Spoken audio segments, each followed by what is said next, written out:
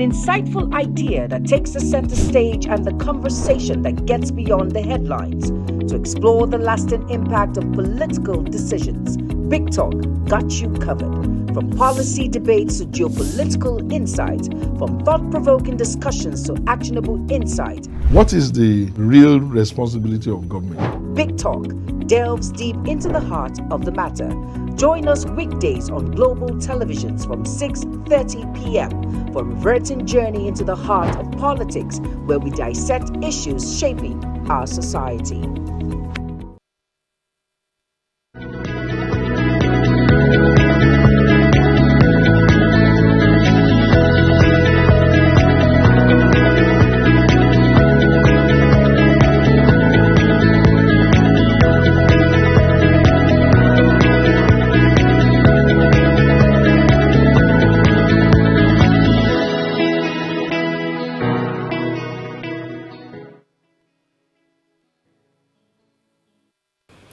Hello, many thanks for tuning in and joining us on Big Talk. Well, we'll take a look at big political issues in the country.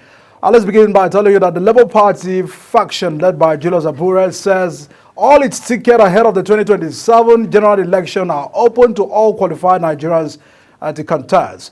The faction took the decision after it held the National Executive Committee meeting in Abuja earlier today. The NEC in session also reviewed the decision of the National Convention to reserve its presidential and governorship ticket for Peter Obi and Alex Otti, respectively, from the communique from the meeting. And read that consequently, all tickets of the party from presidency to the House of Assembly are open to all qualified Nigerians. The faction said Alex Otti, the governor of Abia State, did not have the power to convene a stakeholders meeting that produced a caretaker committee led by Nadarius Osman, the former senator.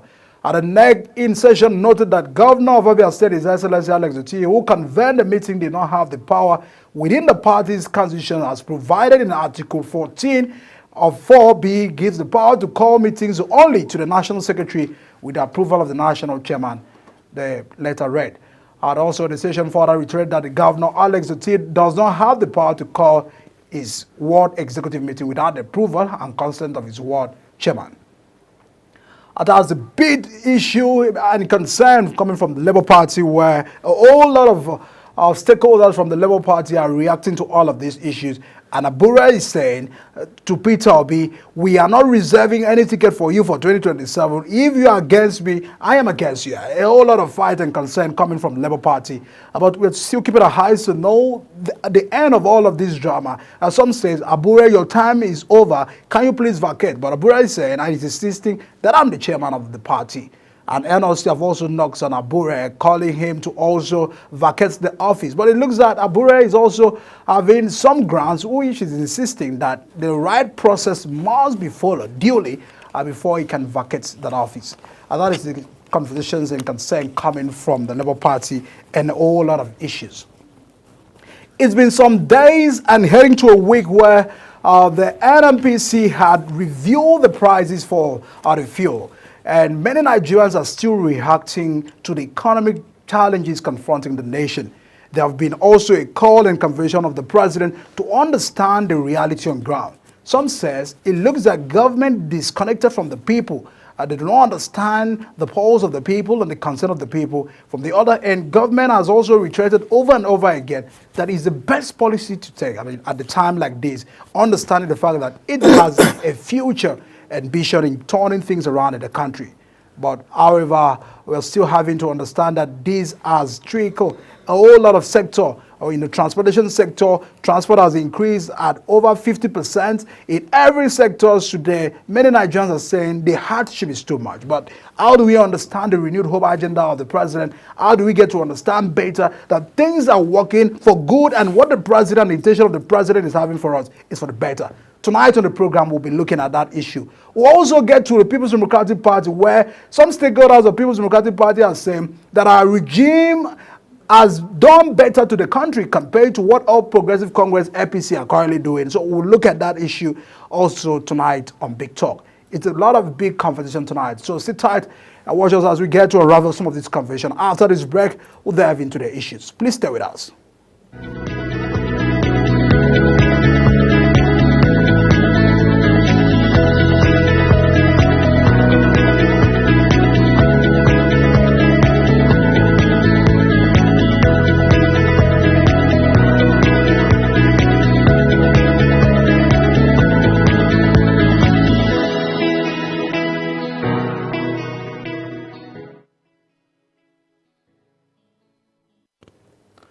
To begin the conversation, joining us is Otumba Bolaji Adigun, the LCT Chairman, Landlord Voice of Nigerians, and the politician by career and practice. Thanks so much, Bolaji, for joining us on the program tonight. You know, you're a chieftain and a senior citizen of this country, so we have to understand how things are really. I mean, when you look at the fact that some persons are really saying it looks that the policy of the president is not connecting with ours.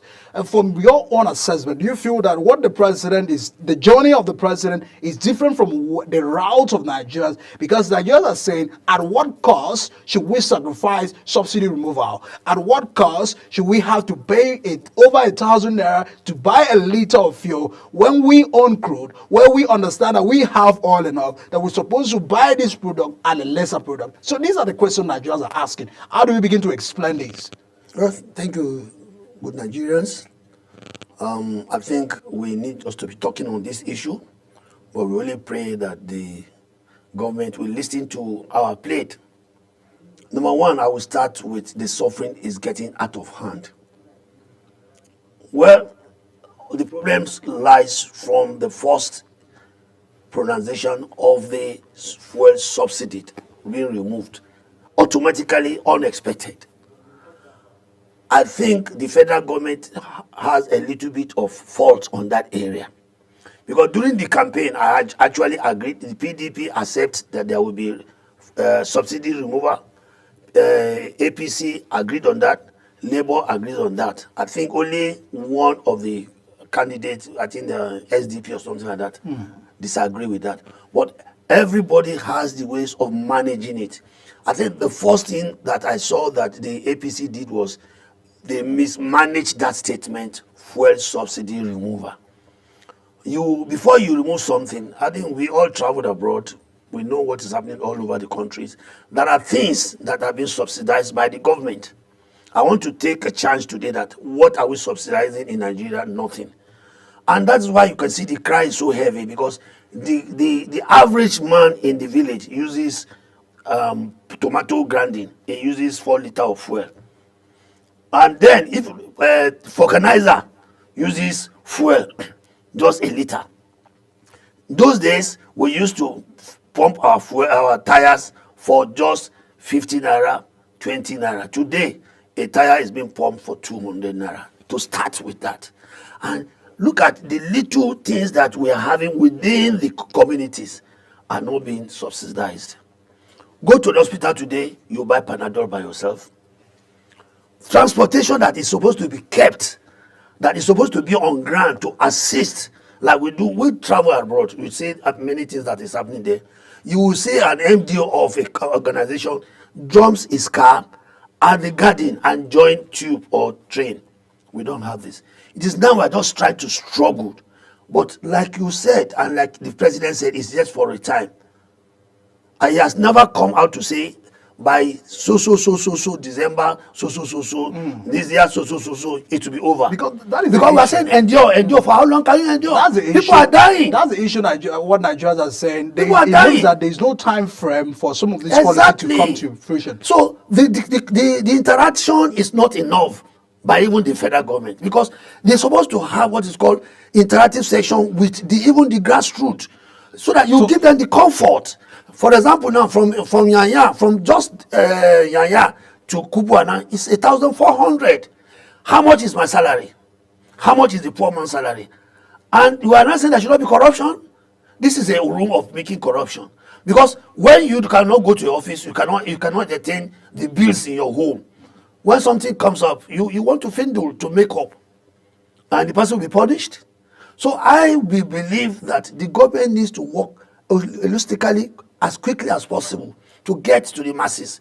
Because once people get angry and it gets to a certain level, it's like a hungry man. It's an angry man.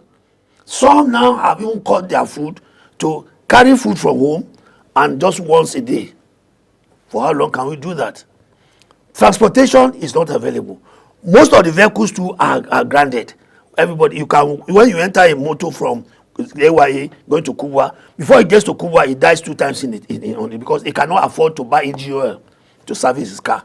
There's no car now you see averagely now that is owned by Nigeria that is not smoking, because they can't service their car. So I think the federal government needs to go inwardly to know what is happening within the masses, because they voted him in. And don't be surprised, 2027 is coming, whereby he will want to be re-elected or other people will come. And people will use this as part of their legends. Because when you want to do something, you must have to have a basis to get what you want. But for now, the masses are not enjoying the government. And either you is APC, it's our president. Either you're a PDP, you're this. For now, for the next 4 years, it's our president. But what have I benefited? What has it given me? It's not only roads that are major something, but there are some minor things that needs to be taken care of that is not being done. All right, Otumba, you understand the implications of removing subsidy, and just as you said, so many of the presidential candidates are subscribed to that. And what the question many Nigerians are also considering the fact that you are not being sincere about this policy. It looks that Nigerians are not trusting the process where the president is taking Nigerians to. He is leading the people. What Nigerians are saying, you are leading us, so we ought to understand where you are taking us to. But it looks clearly that we do not understand where the government is taking the people to, because they are looking at the lavishing of government, priorities of government. For Nigerians that are saying this is disconnected from our priority. If you are saying that we should be able to endure, government must not make these expenditures. We must see some example demonstrated by government officials. These are the questions. From your assessment, do you feel that government priority is on taking Nigeria to the right path? Or do we have to continue to rely on, give me some more times, I'll get things done? You see, there's a proverb in my language, it's whatever you have today that is yours. You can't buy a monkey that is on the tree, because there's possibility before you get there, it goes away. It's God that has tomorrow. But what a human being wants today is, what do I have on my table today? And what is happening within my destiny? So there's a lot of hardship. And the government is not taking it the way. Let me be sincere with you. The president may be having something in his mind, but it's whatever you say out that I'm going to believe. This thing is supposed to be done in a step by step. The immediate solution, medium solution, and long-term solution. You don't have to say I should wait for long-term solution. Supposing I don't get to tomorrow. The history is there that you have killed my father, you have killed my son, you have killed someone. Look at what is happening. So what I'm trying to say is that the government needs to have plan A, B, and C. Not that it's telling us wait for plan D. No. And at what time? And who is making the sacrifice? And who is making? Nobody even making the statement. The only thing I only hear is that you endure. After we all, as a Christian, you know, after 40 days you have to eat. As a Muslim, after 30 days you are fasting, you have to eat for the next 1 year. Then you know that before you fast again during the fasting period, it will be another 1 year. So what I want the government to do is to make practice, because we are all Christians and Muslims. It's in the Bible. It's in the give Caesar what is for Caesar. And if I give you labor, I intend to be paid, because it's a sin. But now if they elected you as the president with the belief that there will be change, and everybody decided that, okay, let me follow President Tinubu. If I am the one, I will listen to the masses. I will send people to the masses. He has family going to the market. He has his wife going to the market. What is the food stop? You can imagine ordinary tomato now, single one is sold for 500 naira. Then how much a lot of people don't even cook with anything any longer. They now start inventing cucumber to cook, which is, everybody knows it has to be a fruit. So people will grind it and make it a tomato and put pepper, and they're eating. Now these are the feedback mechanism I expect the president to say.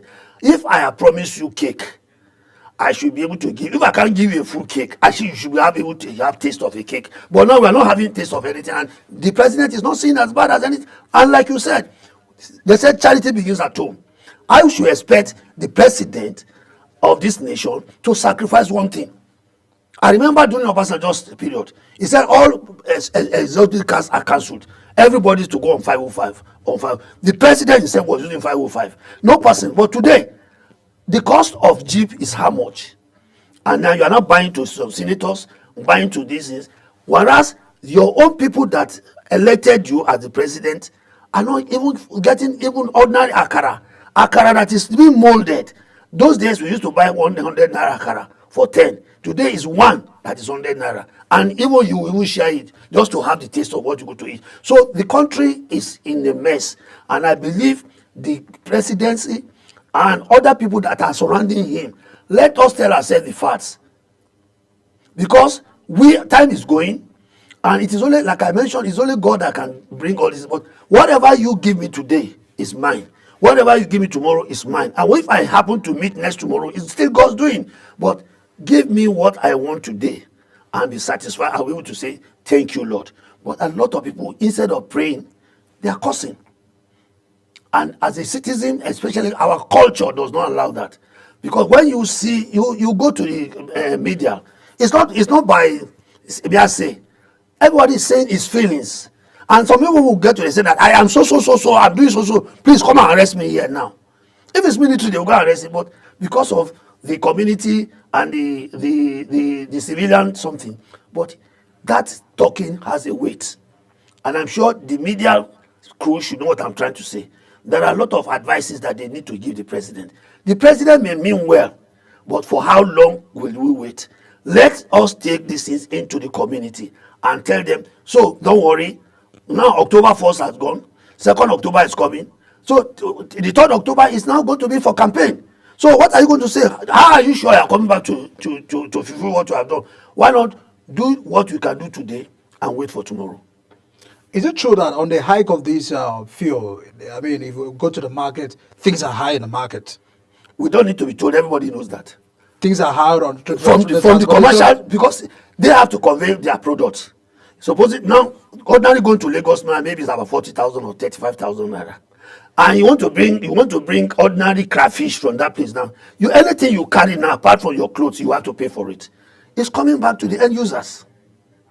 From Kano to bringing tomato to Abuja, end users. From Makurdi bringing yams to here, end users. It is the end users that are suffering. Because the people in the government are not saying it, because they go to supermarket. So the question I was about to ask is it possible to increase the pump price or increase petrol and also manage other sector? Because it looks that every time there's an increase on fuel, we have some of these issues on the transportation. Automatically, transportation fare increases. Like right now, is about over 50%. You go to the market just as you're making instances of how is it possible to have increase on the fuel and then we can still manage other sectors so as not to run into inflation? I think to be sincere, it's late.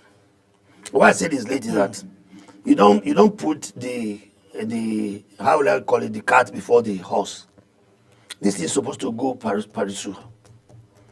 As you are increasing this, there must be a way of relief to the common man. I'm still saying it. And there are so many ways of doing these things. We have a lot of farmers. They need to be compensated. If now we are talking about farmers, and that you will say the increase are not even come yet, because the crops are not yet harvested. When the harvest comes in, you will see monopoly of prices. Because whatever you have, look at now, the children going back to schools. The farmers needs to pay their school bills, and the only thing they have is the little thing. So hiking the price of the fuel, it is not even supposed to come at this time. If the president is really having the feedback mechanism. Do you feel the president is aware of the increase? Because he was aware in China, and it looks that president are not reacting. He's not even making a statement over this issue. So many Nigerians are also saying it looks that the president is not aware. But some others have said he's the minister of petroleum, so he ought to be aware. Now, from all indications, I want to take you on that. You see, if we say the president doesn't know, I'm sorry to say, even if he doesn't know, it's the heads bear the cost. And what puzzled me is that a week to the price increase, there was a pronouncement that there's nothing like that. And as a president of any visionary country, even if he's not aware, we should expect an active, autocratic decision. There's nothing bad of telling the president, oh, you want to kill my people, please revise that and start negotiation. No, you can't say the bird cries today and the witch dies tomorrow. What I'm trying to say is that we are only trying to shift the blame from the president. He's the minister for petroleum. is the commander-in-chief. So by all indications, It he should be whole responsible for He should this, be whole for this responsible move. for it. And why I'm saying that, he's not a chairman. He's not a chairman, but a president of a state. He has the automatic say on anything, and everybody will hands up. Because they say, obey the last command. Who is the last command? Is President Tinubu. But you see, he has so many things. He's a human being that can accept it. But when masses are crying, you should be able to know that you need to look back and reverse whatever you want to reverse. Look, let me take you up again. We had the meeting. We believe that the Labour are fighting for us. But now everybody is now saying the Labours are not even fighting for us because we have not seen whatever they do. They say they are at the table, they've carried them along. So where are they when they are increasing the price? And what have they done? They're not giving 48 hours. It's just to cause a lot of problems for the masses. But what I'm trying to say, President Tinubu, if he has a good mind for the country, needs to work on that. There's no how you can compensate 200 million people in a country than to take what benefits them.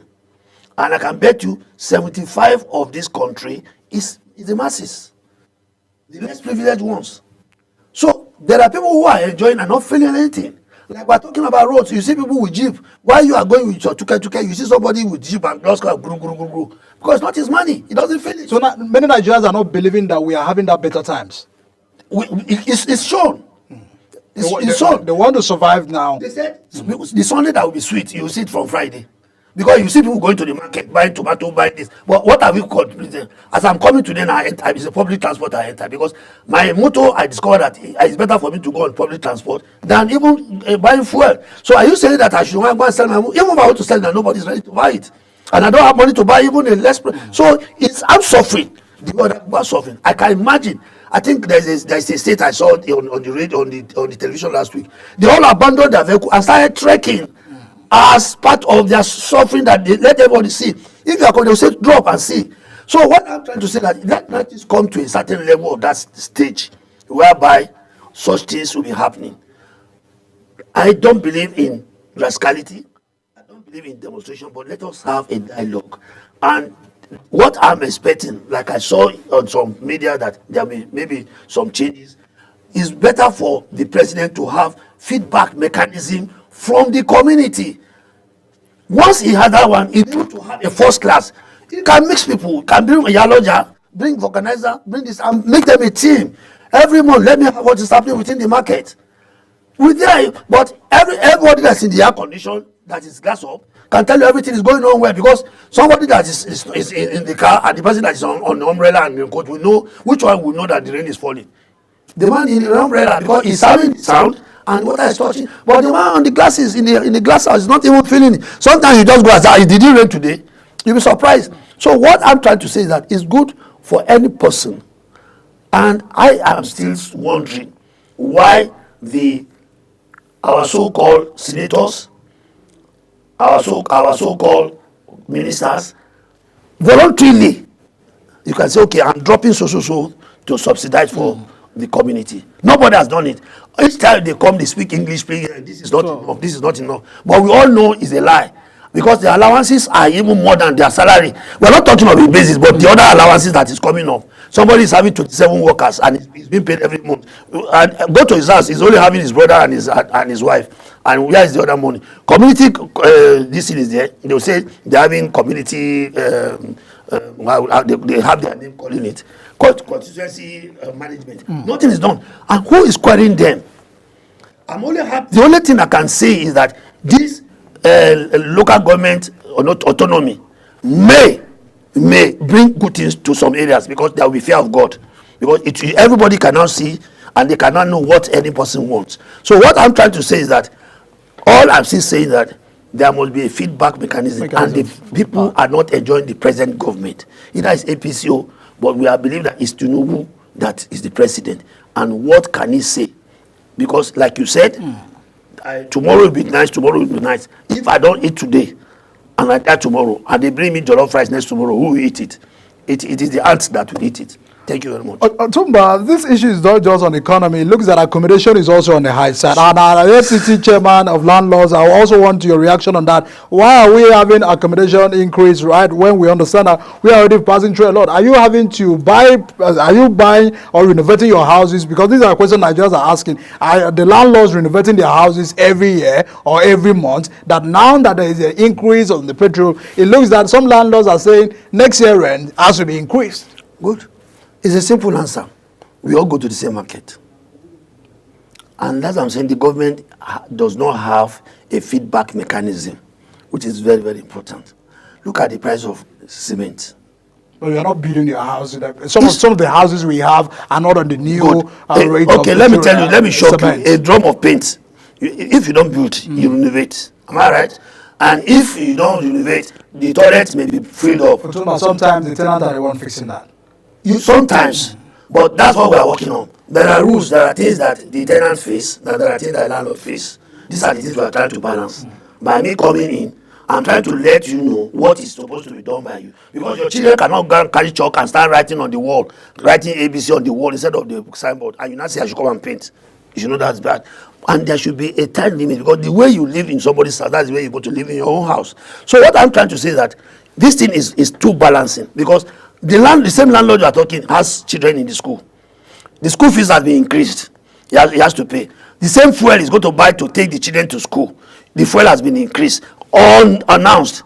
So most of people always go for this monthly contribution to pay school fees. I can bet you that a lot of people now will not be able to pay school fees, because what they have taken for the school fees is now more. Is the amount they will pay is higher. And you said it's a landlord. So school have increased. So every sector have had to increase. Because that's where because maybe it's a pensioner or it's a retiree. He has only 2-bedroom flat, and that's what he's going to use. And the children are still going to school. Where will he get it? He can dump a vehicle, but he cannot. The only thing is to do is to increase the house rent.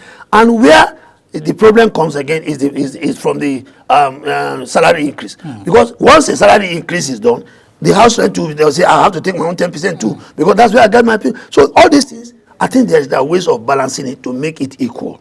But the only thing I can only say that let us go to the grassroots to know what is our problem of this country. Very quickly, should we also blame state governors to some of this hardship? Because we look at federal government will tell you, we have done this, we've done that. We have even sent allocations directly to the state governors to take care of some of these issues. We've granted local government autonomy, just as we've mentioned. So does it look that we shouldn't just blame the presidency or the federal government to some of these challenges? No, there are a lot of governors who have fears of God. You can see what is happening in Lagos, in some other states. They are doing their best. But what I'm still coming to say is that it still feeds back to the federal government, because they are supposed to be an accountability forms. You ask me, if I give you 10 million today, by 3 months' time, you should be able to do what you give. Otherwise, I will not add anything to you. So if you are just giving them, they are giving them. They are politicians, they are all marketers. Because most of them go to borrow money. Some people sell their things. And when they get there, they want to see how they get their money back and pay. So what you need to do, that there must be a way of giving a feedback to the community. And as I said, the chairman now may be lucky, because each chairman will now know what he's going to do with the money come to him. So there's a need to start tackling this issue from the grassroots. Report back to the governor. The governor reports back to the presidency. But if all this chain of reporting is not there, then it means everybody is doing. The federal government are disconnected from the. Yes, the disconnection must not be there. Thanks so much, Otumba Bolaji, the FCT chairman, Landlord's Voice of Nigeria. Thanks so much for your thoughts and the conversations tonight on Big Talk. We're looking forward to see that the president will listen to some of this conversation and understand that Nigerians are reacting very bitterly to some of these issues of arrest tonight. We pray he does. We pray he does. And very urgently. And because we have no other country than Nigeria, and we have chosen him. So you want the country to work? The country, we have no other country than my country. But the only thing that let him have listening ear and act quickly, not until the fire is on. Because when you spark a matches in the bush, you don't know the extent of this. But it's better to quench whatever is available, and the Almighty God will help us. We have no other country, and it's a blessing that Thanks so much, Nigeria will not split in Jesus' Thanks so much, Otumba. Thanks so much, Otumba. You're a patriotic Nigerian. Thanks so much for that last note. There are concern coming from the People's Democratic Party that under our regimes, things were working in the country. Under our regimes, lives were better. But it looks that APC or Progressive Congress are taking Nigerians for granted. there have also been a whole lot of reaction to these issues. We'll be looking at these issues very shortly and also establishing some political, some merging moves by some political parties ahead of 2027 election. What does it look like for the President Tinubu in his administration? Shortly after this break, my guests will be here to make the conversation started. Please stay with us.